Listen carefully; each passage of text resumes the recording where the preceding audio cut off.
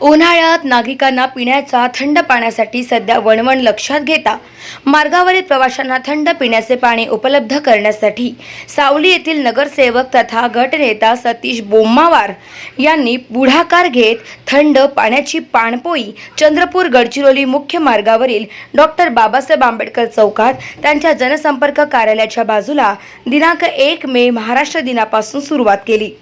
या पाणपोईचे सावली नगरपंचायतचे या प्रभागातील नगरसेवक तथा पाणी पुरवठा सभापती प्रीतम गेडाम यांच्या हस्ते उद्घाटन करण्यात आले।